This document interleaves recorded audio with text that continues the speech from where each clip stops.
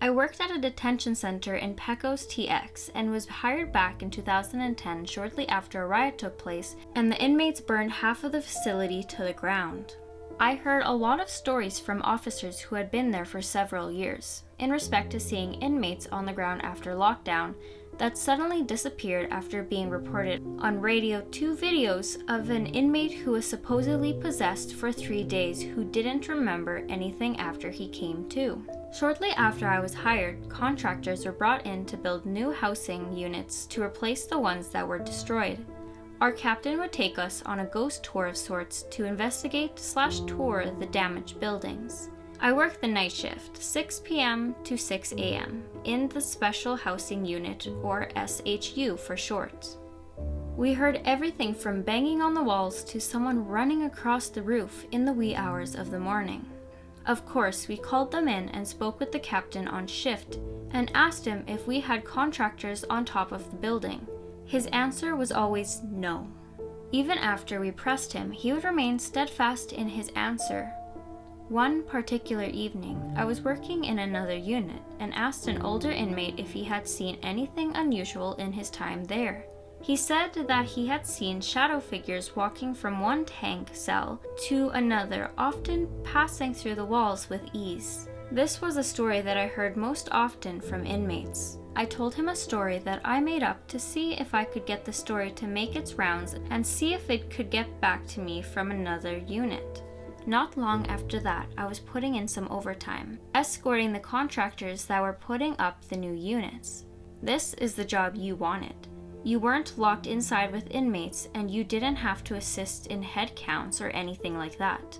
On warm summer days and nights, it was great to be outside walking around enjoying the fresh air. One particular evening, I took a walk through a building that was under construction, but there was no contractors in that particular building at that time. The sun was setting, but still casting plenty of light as I passed by one of the empty cells. I used my flashlight to take a quick look inside. You're just doing your job to make sure that no one is hiding. As I walked by the door, I shined my flashlight inside and something caught my attention. I thought I saw 2 white eyes looking at my direction from the back of the room. I wear glasses, so I thought it might be an illusion. I turned around and went back inside to double check and pointed the flashlight in the direction where I saw the eyes. Nothing there. I went to the back of the room, thinking that I may have caught a reflection from some screws that might be holding the metal mirror onto the wall. No mirror. I felt at ease and chalked it up to my eyes playing tricks on me. A couple days later, I was in my bathroom at my apartment. I worked at night and slept during the day. My bedroom window faced south, and a lot of the sunlight and heat came through, and the room would heat up quickly, so I placed a heavy blanket over the window to help me sleep. Outside my bedroom window was a parking lot for a business that closed and was rarely used. One day, as I was in my bedroom at my computer, when I heard a strange sound outside the window. In my mind, it sounded like a diesel motor that was revving to warm up. The rev started to slow somewhat, and the sound outside lowered in intensity. I felt compelled to pull the blanket back and peek out to see what it was, but I didn't.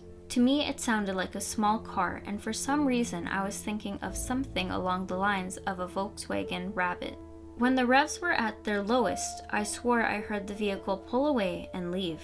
Seconds after that, I heard, "John," whispered in my room and behind me. It was clear as day. I stopped what I was doing and stared at my computer screen. I didn't move. I told myself, "You heard that, but you didn't hear that. Ignore it. Don't acknowledge it. Don't react. Ignore it." I went back to my computer. It wasn't 5 minutes after that I heard the exact same sound outside my bedroom window again. I didn't hear anything pull into the parking lot, so I was surprised. Sounds like a high revving motor. Not as smooth as a gas engine, but rough like diesel. Then the revs became lower and softer. Again, I wanted to get up and look out my window to see what was making this sound. But for some stupid reason, I didn't. Then I hear it pull away again. I heard it turn the corner and drive away until there was nothing. And again, right after that, I hear, "John!"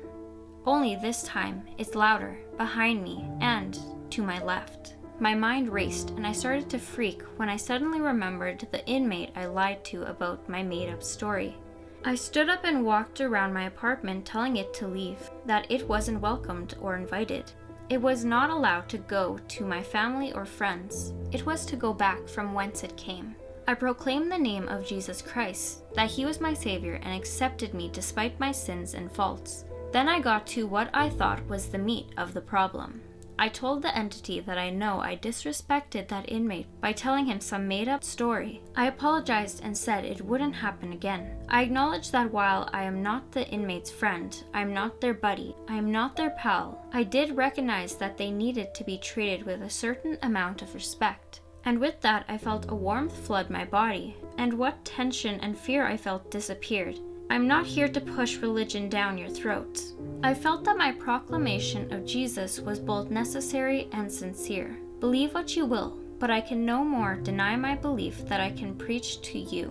Take from it as you will. There were no more incidents after this.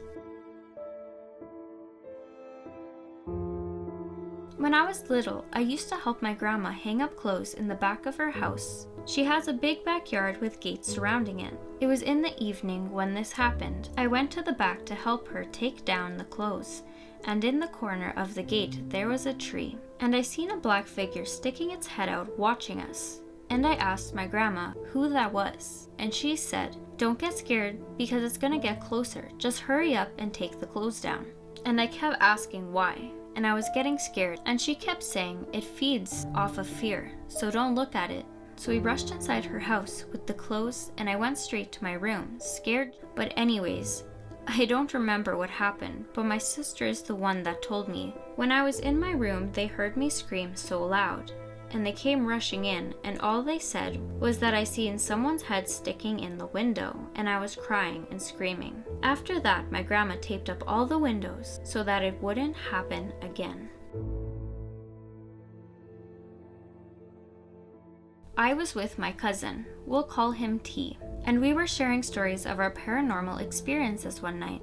T said he'd been to a psychic to discuss it, and she told him that he was like her and could get through to spirits on his own. T told me about his mom having similar encounters, to which I shared that our grandmother had mentioned a few times that certain spirits lingered and she would call them by name, but not to be afraid or ignore them if we were scared. This convinced T that our family must be witches or something. We sort of laughed it off and continued talking until I saw someone walk down the hall to my right.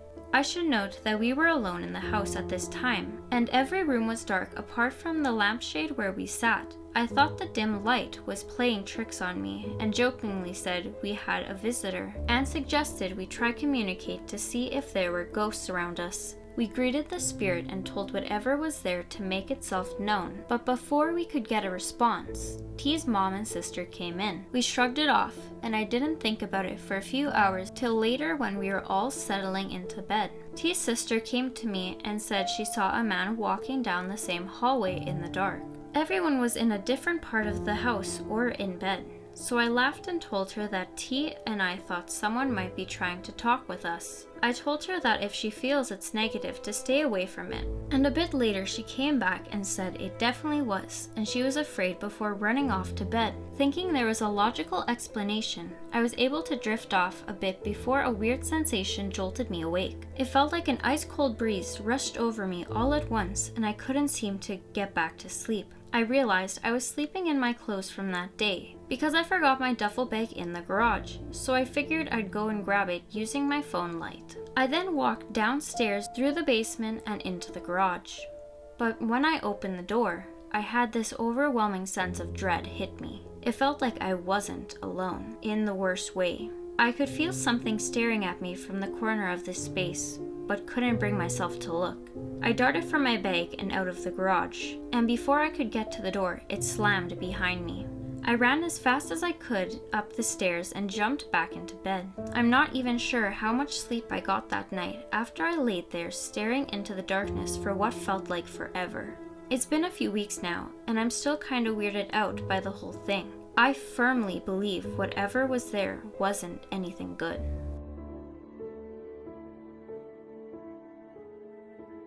I may be losing my mind or something, but I was on a walk at 10ish p.m. A trail I'm very familiar with because I walk it often at all times of the day and night. The path is completely straight with a river on one side and a cemetery on the other, which doesn't go on too far. As I walked, I noticed this woman walking along the trail below me in the same direction in all white. She was impossible to miss in the pitch black night. As I passed her, I noticed what seemed to be a man walking with her, but could barely distinguish him since he was wearing all black. Just plainly a thin black silhouette, and at first I didn't pay much attention to them, but for some reason, not long after, I passed them. I became curious, took my headphones off, and turned back to see them, and they were headed in the direction of the cemetery. This is when I began to feel a bit odd, because I have never seen anyone go down there this late at night, or even in the daytime. That path was not well kept and not made to walk. It was so blindly dark, and there was no exit once you headed down there. I kept walking for a bit, but couldn't shake the weird feeling and turned around again, and they were nowhere to be found. It was strange because I stopped at the top of the hill overseeing the cemetery, and I could no longer see or hear them. This lady was wearing all white and impossible to miss. I kept waiting to see if they would appear anywhere since the only way to leave was coming back up from the cemetery. But after much waiting, nothing. These two people, which I saw, mostly the woman in white, just disappeared. I can't help but wonder if this couple weren't regular people, and I actually encountered something beyond natural. If you got any ideas, please let me know. Also, very aware of the fact that it could be just a normal couple. I want to hear other explanations.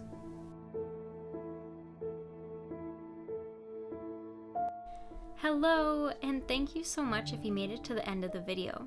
If you like this video, make sure to give it a like and subscribe to let me know that you'd like to see more content like this.